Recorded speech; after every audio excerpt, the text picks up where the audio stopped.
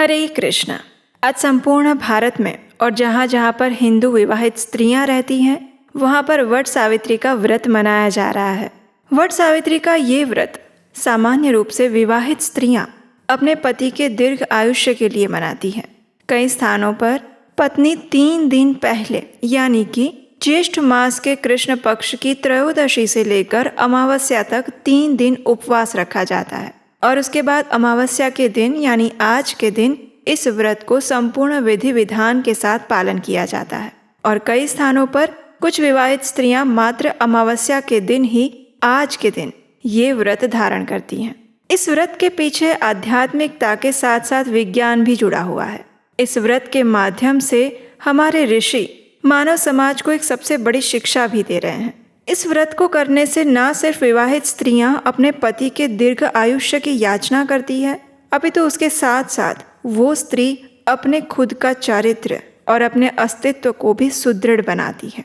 और ये सब कैसे होता है, ये सभी बातों की चर्चा आज हम इस वीडियो में करेंगे। लेकिन उससे पहले चलिए आज वट सावित्री व्रत के दिन हम उसकी पौराणिक कथा का श्रवण करते हैं। सबसे पहले हम संक्षिप्त में इस व्रत की कथा सुनते हैं, क्योंकि आज के दिन वट सावित्री की कथा सुनना बहुत ही पुण्यदायी माना गया है। तो चाहे आपने आज व्रत रखा है या नहीं रखा, फिर भी आज के दिन सती सावित्री और सत्यवान की कथा अवश्य सुननी चाहिए। इसका श्रवण मात्र करने से भी अनेक पुण्य फल की प्राप्ति होती है। तो चलिए आज की कथा आरंभ करते हैं। मद्र देश में एक बहुत बड़े राजा थे, महान राजा, जो हर प्रकार से धर्मयुक्त आचरण करने वाले थे, आदर्श राजा थे, प्रजापालक थे, नीति युक्त शासन करते थे। उनके राज्य का विस्तार बहुत दूर तक फैला हुआ था। धन, वैभव, संपत्ति, सुख, शांति सब कुछ था उनके जीवन में। कमी थी तो मात्र एक वस्तु की, और वो है संतान की कमी। सब कुछ होने के बावजूद भी उनके जीवन में कोई संतान नहीं थी, और इस वजह से ये दुख उनको सबसे बड़ा भारी प्रतीत होता था। अपने इस दुख से मुक्ति पाने के लिए राजा ने तपस्या का आश्रय लिया। उन्होंने देवी सावित्री की तपस्या करना आरंभ किया।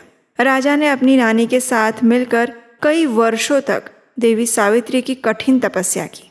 राजा और रानी की ऐसी घोर तपस्या को देखकर देवी सावित्री प्रसन्न हो जाती हैं और राजा से कहती हैं कि हे राजन, मैं तुम्हारी इस तपस्या से प्रसन्न हुई हूँ, बताओ तुम्हें क्या वर चाहिए। तो राजा कहते हैं, हे देवी सावित्री, अगर आप मुझसे प्रसन्न हैं, हमारी तपस्या के ऊपर प्रसन्न हैं, तो आप हमें एक सुयोग्य पुत्र प्राप्त हो ऐसा वरदान दीजिए। तो देवी सावित्री कहती हैं कि नहीं राजन, तुम्हारे भाग्य में पुत्र की प्राप्ति अभी नहीं लिखी है, इसलिए मैं तुम्हें एक आदर्श और सुयोग्य पुत्री होने का वरदान दे सकती हूँ, और इससे भी ऊपर मैं स्वयं तुम्हारी पुत्री बनकर तुम्हारे घर पर आने वाली हूँ। इतना कहकर देवी अदृश्य हो जाती है, और ये सुनकर राजा और रानी अत्यंत प्रसन्न हो जाते हैं। वे घर वापस आते हैं, और फिर कुछ समय में रानी गर्भवती होती है, और निश्चित समय बीत जाने पर रानी एक सुंदर पुत्री को जन्म देती है। राजा और रानी उस पुत्री का नाम भी सावित्री ही रखते हैं। सावित्री हर प्रकार के गुणों से सज्ज थी। उसके अंदर स्त्री में होने वाले हर प्रकार के आभूषण युक्त सद्गुण बसे हुए थे। उसकी सुंदरता, उसका आचार, विचार, व्यवहार सभी की चर्चा चारों ओर होने लगी थी। जैसे जैसे वो बड़ी हो रही थी, उसकी ख्याति और कीर्ति 10 दिशाओं में फैल रही थी। अब जब वो विवाह के योग्य हो गई तो राजा अश्वपति ने सोचा कि सावित्री के लिए सुयोग्य ऐसा कौन वर होगा जिसके साथ उसका विवाह करवाया जा सके। उन्होंने बहुत प्रयास किया, लेकिन सावित्री के योग्य उसके समकक्ष कोई भी वर नहीं मिला। इसलिए राजा ने सावित्री से कहा कि हे पुत्री, अब तुम स्वयं ही अपना वर ढूंढ लो। तुम्हें जो अपने योग्य लगे, अपने समकक्ष लगे, उस वर को चुन लो, उसी के साथ हम तुम्हारा विवाह करवा देंगे। तो सावित्री बुद्धिमान थी। उसने अनेक शास्त्रों, ग्रंथों का अभ्यास किया हुआ था। वो कोई सामान्य स्त्री नहीं थी। इसलिए सावित्री ने भी अपने पिता की आज्ञा को शिरोधार्य करके एक वृद्ध मंत्री के साथ अपने योग्य एक वर ढूंढने के लिए निकल पड़ती हैं। वो अपनी इस यात्रा में अपने राजमहल से बाहर चली जाती है, लेकिन दूसरी ओर राजा अश्वपति के पास नारद मुनि आते हैं। एक दिन अचानक ही राजा अश्वपति के राजमहल में नारद मुनि का आगमन होता है। नारद मुनि राजा अश्वपति से अपना कुशल समाचार पूछते हैं और राजा कहते हैं कि उनके राज्य के 7 अंग कुशल हैं। भगवान की कृपा और आशीर्वाद उन सबके ऊपर है। ऐसे में नारद मुनि सावित्री के विषय में पूछते हैं कि क्या राजन, आपने अपनी पुत्री के लिए कोई योग्य वर ढूंढा? नारद मुनि और राजा इस प्रकार बातचीत ही कर रहे थे और उसी समय सावित्री उस वृद्ध मंत्री के साथ पुनः लौट कर आ जाती है। जब वो नारद मुनि को वहां पर बैठा हुआ देखती है तो वो हाथ जोड़कर विनम्रता से उन्हें प्रणाम करती हैं। तब राजा अश्वपति नारद मुनि से कहते हैं कि मैंने ही सावित्री को आज्ञा दी थी कि वो अपने योग्य वर ढूंढ कर आए और वो अभी अभी वापस आई है, तो उसके मन में क्या है वो हम उसी से सुनते हैं।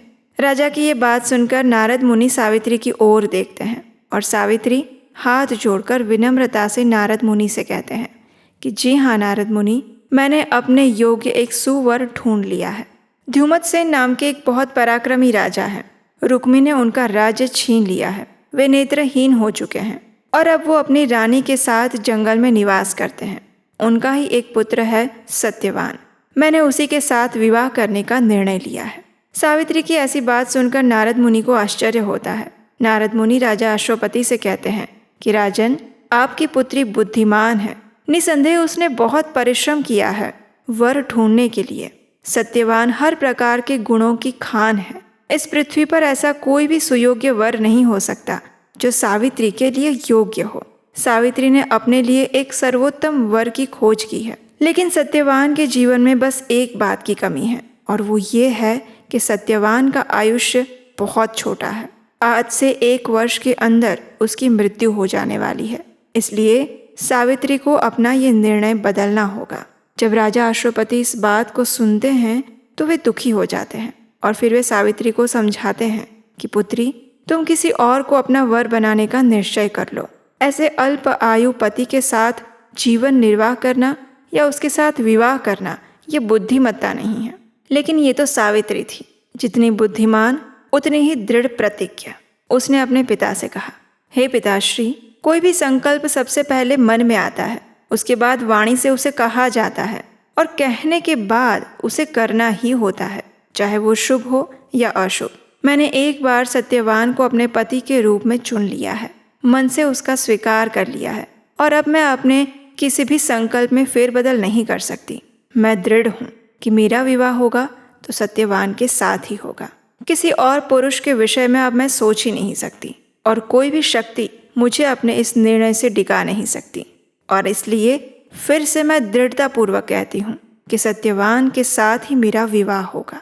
जब नारद मुनि ने और राजा अश्वपति ने सावित्री का ऐसा दृढ़ संकल्प देखा तो उन्होंने भी अनुमति दे दी और फिर राजा अश्वपति राजा ध्युमतसेन से मिलने के लिए सावित्री को लेकर जंगल में गए।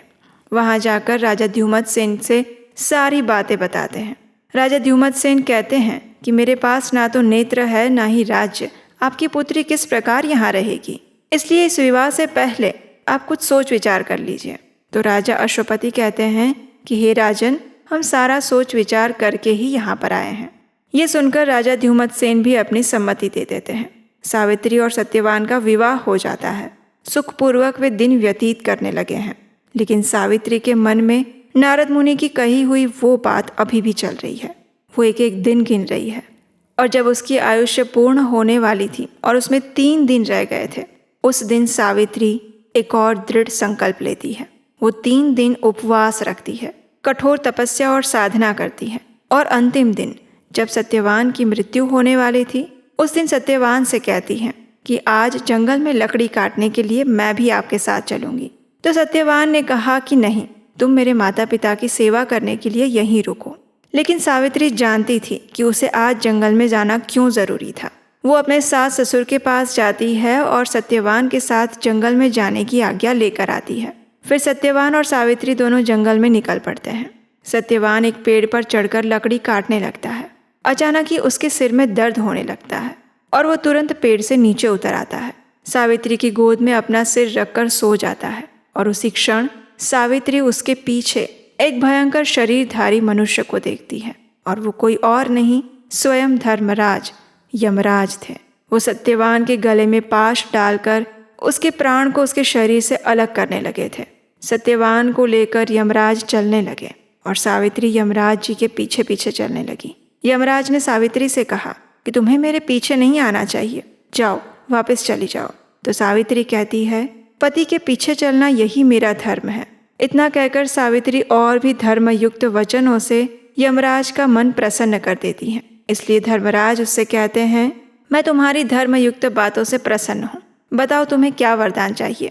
अपने पति के आयुष्य के सिवा और कुछ भी मांग सकती हो। सावित्री बुद्धिमान थी। उसने कहा कि अगर आप मुझसे प्रसन्न हैं तो ऐसा वरदान दीजिए कि मेरे सास ससुर जो नेत्रहीन है उनकी आंखों की ज्योति पुनः वापस आ जाए। यमराज ने तथास्तु कहा और फिर से उसे लौट जाने के लिए कहा। लेकिन सावित्री कहती है, हे भगवान, जहाँ मेरे पति देव हैं, जहाँ वो जाते हैं, वहाँ उनके पीछे पीछे चलने में ही मुझे कोई कष्ट या परिश्रम नहीं होता। पति परायण होना यही मेरा कर्तव्य है। आप तो स्वयं धर्मराज हैं, आप तो जानते ही हैं। सावित्री के फिर से ऐसे धर्मयुक्त वचन सुनकर यमराज ने फिर से कहा, मैं तुम्हारे वचनों से प्रसन्न हूँ, एक और वरदान मांग लो। तो सावित्री कहती है, राजा द्युमत्सेन का जो राज्य छीन गया है वो उन्हें वापस मिल जाए और धर्म में उनकी प्रीति सदैव बनी रहे। यमराज प्रसन्न हो गए और ये वरदान भी उन्होंने सावित्री को दे दिया। फिर से वो आगे जाने लगे और फिर से सावित्री उनके पीछे पीछे चलती रही। सावित्री को आते हुए देखकर यमराज ने फिर से उसे कहा कि अब क्या है। तो सावित्री ने कहा, मैं एक पतिव्रता स्त्री हूँ, अपने पति को छोड़कर कहीं नहीं जाऊंगी। इतना कहकर और भी उसने 2-3 धर्मयुक्त वचन सुना दिए। ये सुनकर फिर से यमराज प्रसन्न हो गए। उन्होंने सावित्री को एक और वरदान देने की इच्छा प्रकट की। तब सावित्री ने उनसे वरदान मांगते हुए कहा कि मेरे पितृकुल की भलाई हो, इसलिए आप ये वरदान दीजिए कि मेरे पिता 100 पुत्र प्राप्त करें, मेरे 100 भाई हो। यमराज ने प्रसन्न होकर ये वरदान भी दे दिया और फिर से उसे वापस जाने के लिए कहा। लेकिन फिर भी सावित्री अपने प्रण पर अडिग रही। वो पीछे पीछे चलती गई। ये सुनकर यमराज रुक गए। उन्होंने सावित्री से कहा, तुम्हारी वाणी में कोमलता है लेकिन बुद्धिमत्ता भी है। तुम धर्मयुक्त वचन कहती हो, तुम्हारी वाणी गंभीर और मन को मोहने वाली है। अब तुम सत्यवान के जीवन को छोड़कर एक और वरदान मुझसे मांग लो। ये सुनकर सावित्री प्रसन्न हो गई। उसने यमराज से कहा कि अगर आप मुझसे प्रसन्न हैं तो आप मुझे ये वरदान दीजिए कि मैं अपने पति सत्यवान से 100 पुत्रों को प्राप्त करूं। यमराज ने तुरंत ही तथास्तु कह दिया। लेकिन बाद में उन्हें पता चला कि वास्तव में सावित्री ने बुद्धि और युक्तिपूर्ण वरदान मांगा था। सत्यवान से 100 पुत्र होने का अर्थ था सत्यवान का दीर्घ आयुष्य। और सावित्री के ऐसे युक्तिपूर्ण वचन सुनकर यमराज बहुत संतुष्ट हुए। उन्होंने सावित्री को वरदान देते हुए सत्यवान को पाश से मुक्त कर दिया और वे स्वयं सावित्री और सत्यवान को आशीर्वाद देकर वहां से अंतर्ध्यान हो गए। सावित्री भी वापस उस स्थान पर आ गई जहां सत्यवान का शरीर था। अब सत्यवान के मृत शरीर में प्राण पुनः लौट आ चुके थे। सावित्री ने सारा वृत्तांत अपने पति सत्यवान को कह सुनाया और ये सुनकर सत्यवान अत्यंत प्रसन्न हुआ। दोनों प्रसन्न होकर अपने आश्रम की ओर लौट आए। सत्यवान के माता पिता की दृष्टि पुनः आ चुकी थी। अपनी पुत्र वधू सावित्री की बातें सुनकर वे सभी अत्यंत प्रसन्न हो गए।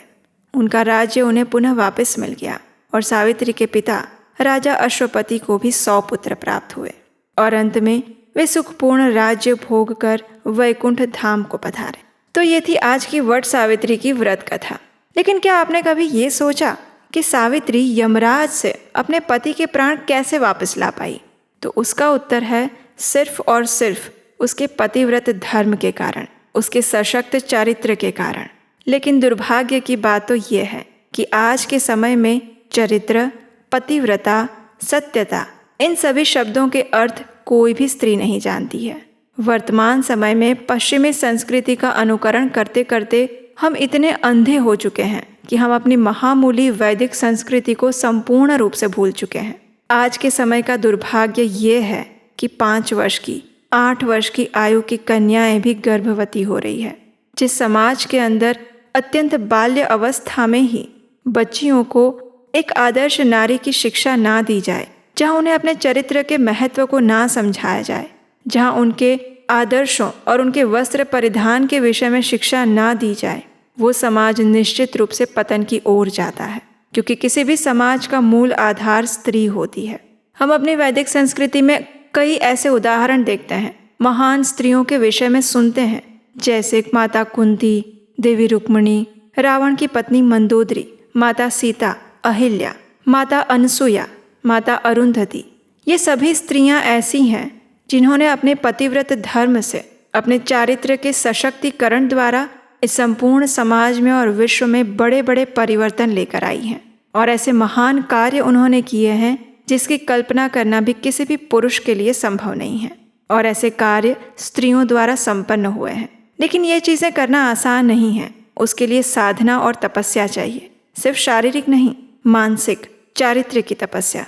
आज के हमारे समाज में जहाँ बचपन से ही बेरोक टोक और बिना किसी मर्यादा का ध्यान रखे हुए स्वच्छंद विचरण करने की सलाह दी जाती है, जहाँ स्वतंत्रता के नाम पर स्त्रियों का शोषण करने के लिए आज्ञा दी जाती है, ऐसे समाज में स्त्रियां सतीत्व, पतिव्रत धर्म या चारित्र्य के विषय में क्या ही समझेगी।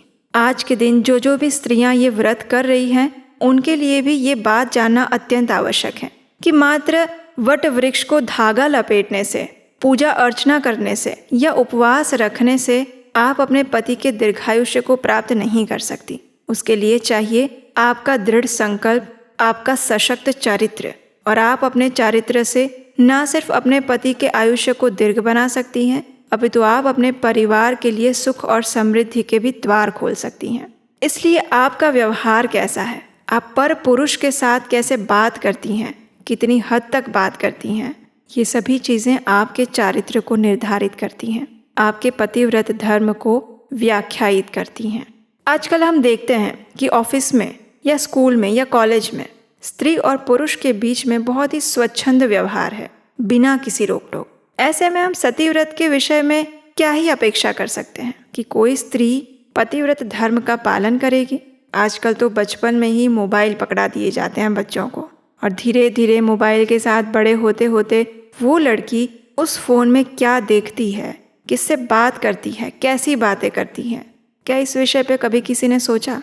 हो सकता है आपको मेरी बातें रूढ़िवादी या फिर नैरो माइंडेड लगे, लेकिन ये वास्तव में हमारी संस्कृति की सच्चाई है।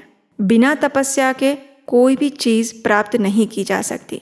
हम कई कथाओं में सुनते हैं कि ऋषि मुनि हो या राजा, राक्षस हो या असुर, वो सभी तपस्या करते हैं और फिर उन्हें वरदान मिलता है।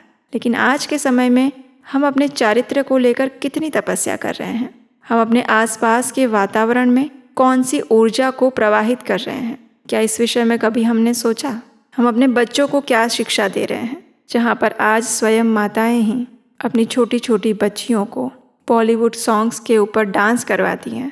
उन्हें ये बात भी ध्यान में रखनी चाहिए कि इसके साथ साथ उन्हें अपनी संस्कृति के संस्कार और ज्ञान भी देना चाहिए, जिससे उसे अपनी खुद की शक्ति के बारे में भी पता चले। उसमें उस बच्ची का दोष नहीं है, दोष उसके माता पिता का है, जो उसे आदर्श समाज और आदर्श स्त्री के महत्व के विषय में संस्कार नहीं दे पा रहे हैं, वो शिक्षा नहीं दे पा रहे हैं। और वो शिक्षा जितनी जल्दी कम उम्र में देना शुरू करेंगे उतना अच्छा होगा। और वो शिक्षा देने के लिए आपकी योग्यता क्या होनी चाहिए? सिर्फ एक, और वो ये है कि आपको स्वयं उसका पालन करना होगा। चाहे वो आपके वस्त्र परिधान की मर्यादा हो, आप किस प्रकार के कपड़े पहनते हैं, किससे बात करते हैं, कितनी बात करते हैं, विवाह जीवन के उपरांत और किसी पर पुरुष के साथ आपके कैसे संबंध हैं, ये सभी चीज़ें व्याख्यायित करती हैं आपके चरित्र को। और यही है वट सावित्री व्रत के दिन वास्तव में सोचने वाली बात है। उपवास तो शायद आपने रखा होगा, पूजा भी कर ली होगी, लेकिन थोड़ा इन विषयों पर भी सोचिए कि आखिर कैसे सावित्री ने यमराज से अपने पति के प्राण वापस लाए थे। वो हमारे जैसी साधारण स्त्री नहीं थी। उसका चारित्र्य, उसका सतीत्व, उसकी शक्ति थी, और उस शक्ति से कोई भी स्त्री इस संपूर्ण विश्व में कोई भी कार्य कर सकती है। और इसीलिए तो एक कथा में हमने सुना था, जब एक पतिव्रता स्त्री सूर्य देव को भी रोक लेती है कि अगर मेरा पतिव्रत धर्म सच्चा है तो कल का सूर्य नहीं उगेगा, और वास्तव में सूर्य नहीं उगता है। माता अनसुया ने भी ब्रह्मा, विष्णु और महेश तीनों महादेवों को अपने पतिव्रत धर्म और सतीत्व से ही बालक बना दिया था।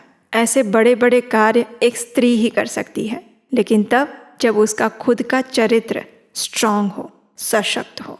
तो आज वट सावित्री व्रत के दिन कुछ विचार करने योग्य बातें आपके साथ साझा की है हमने। अगर इस बात में से कोई भी बात आपको बुरी लगी हो तो उसके लिए हम क्षमा प्रार्थी हैं, लेकिन एक बार सोचिएगा ज़रूर कि क्या हमारी बात गलत है। आप इससे कितना सहमत होते हैं ये हमें नीचे कमेंट बॉक्स में लिखकर भी बताइएगा। और क्या आप इस प्रकार के कंटेंट या वीडियो सुनना चाहते हैं तो वो भी हमें नीचे बताइएगा कमेंट में लिख के। आपके उत्तरों की हम प्रतीक्षा करेंगे। हमारा कर्तव्य यानी इस उपदेशाष्टकम चैनल टीम का कर्तव्य मात्र आपको पौराणिक कथाएं सुनाना नहीं है, अपितु इन कथाओं के माध्यम से एक ऐसी शिक्षा और ऐसी क्रांति का सर्जन हम करना चाहते हैं जिसके माध्यम से इस संपूर्ण विश्व को समझ आए कि भारतीय संस्कृति और भारतीय नारी साधारण नहीं है, अंधविश्वास नहीं है या भावुकता नहीं है, सेंटिमेंटलिज्म नहीं है। वो एक बौद्धिक, तार्किक, वैज्ञानिक अभिगम है जिसका पालन करके संपूर्ण विश्व में वास्तविक शांति का प्रचार प्रसार हो सकता है। वसुधैव कुटुंबकम की भावना सफल हो सकती है और यही हमारा अभियान है। अगर इस सनातन धर्म की संस्कृति को आगे बढ़ाने के इस अभियान में आप हमारा सहयोग देना चाहते हैं तो स्क्रीन पर दिए गए नंबर पर अपना आर्थिक योगदान भी भेज सकते हैं। एक कदम वैदिक सनातन धर्म की ओर। आप सभी को वास्तविक वट सावित्री व्रत की शुभकामनाएं। हरे कृष्ण।